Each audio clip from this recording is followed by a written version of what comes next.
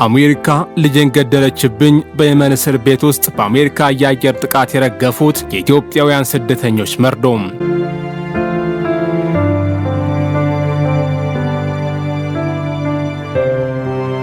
በየመን በሁቲዎች ቁጥጥር ስር በነበረው የማቆያ ማዕከል ላይ አሜሪካ በሰነዘረችው የአየር ጥቃት የተረፉትና የሟቾች ቤተሰቦች ያደረሱት ልብ የሚነካ እንባና ሮሮ።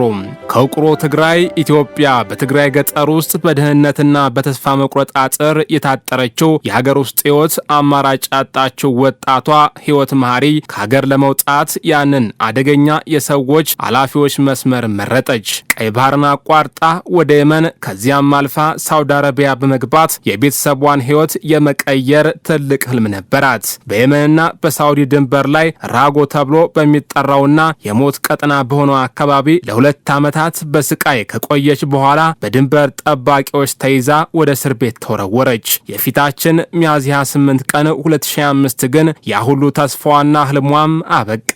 በሰሜን ምዕራብ የመን ሳዳ በሚገኘው የኮንትሮባንድ ስደተኞች ማቆያ ማዕከል ላይ አሜሪካ በፈጸመችው የአየር ጥቃት በሰከንዶች ውስጥ ከረገፉት በደርዘን የሚቆጠሩ ኢትዮጵያውያን ወጣቶች መካከል አንዷ ሆነች። በንጋታው እኩለ ቀን ላይ በጦርነት በቆሰለችው የትግራይ ምድር በጸራ ወረዳ የሚኖሩት የህይወት ወላጆች ይህንን መርዶ ከአንድ ጎረቤታቸው ሰሙ። የቤተሰቡ ዓለም ተናወጠ። ከአደጋው አንድ ቀን ቀደም ብሎ ነበር በስልክ አግኝተዋት የነበረው። በቅርቡ ይለቁናል እንገናኛለን ብላ ነበር ውድ ልጃቸው። እንደ ወላጅ ይህንን መቀበል በጣም ከባድ ነበር። እስካሁን ልንሻገረው አልቻልንም ይላል በሐዘን የተሰበረው አባቷ መሐሪ አከዘም። በትግራይ ከሚገኘው ቤታቸው ውስጥ ከባለቤቱ ጎን ተቀምጦ ልጁን በስልክ ባነጋገረ በጥቂት ሰዓታት ውስጥ ዓለሙ እንዴት እንደፈረሰች ማመን አቅቶታል። ልጄ መሞቱን አሁንም መቀበል አልቻልኩም። አንዳንዴ ተመልሶ የሚመጣ ይመስለኛል። ስልኩን እጠብቃለሁ። እንዴትስ አምናለሁ። ልጄን እንኳን በስርዓት ለመቅበር አልታደልኩም ሲል እንባው እየቀደመው ይናገራል።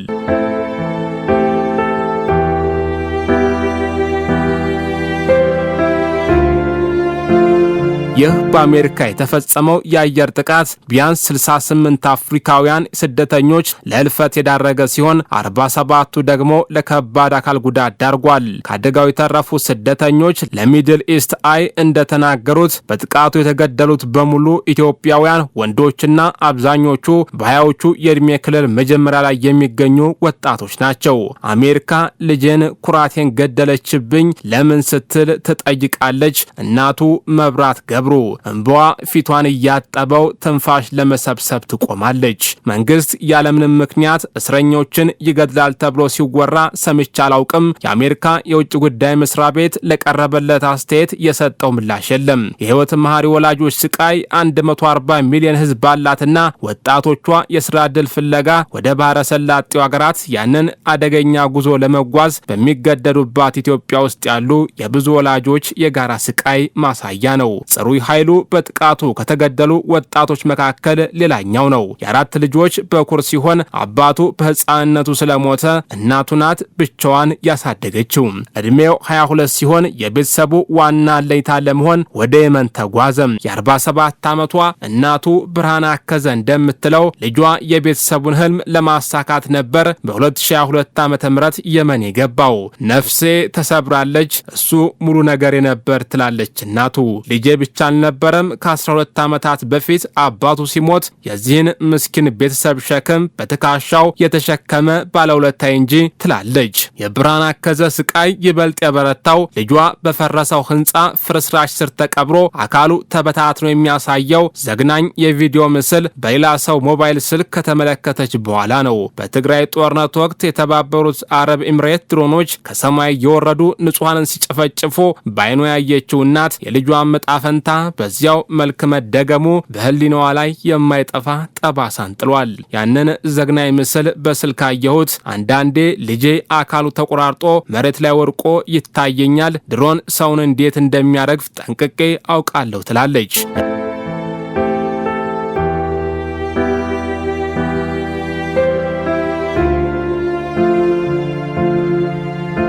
የአሜሪካ ጥቃት የወጣቶቹን ህልምና የቤተሰቦቻቸውን ዓለም ማርቀቅ ብቻ አላበቃም። ብዙዎቹን ወጣቶች እጅና እግራቸውን በማረድ በነርቭ መጎዳትና በከፍተኛ የአእምሮ ስብራት ለዘላቂ አካል ጉዳተኝነት ዳርጓቸዋል። ከነዚህም መካከል 3ቱ ክፉኛ የቆሰሉ ወጣቶች ለሚድል ኢስት አይ ምስክርነታቸውን የሰጡ ሲሆን 2ቱ አሁንም የመን ውስጥ ይገኛሉ። አንደኛው ደግሞ ወደ ሀገሩ ተመልሷል። ሁሉም ለኑሯቸው በሰው ድጋፍ ላይ የተንጠለጠሉ ናቸው።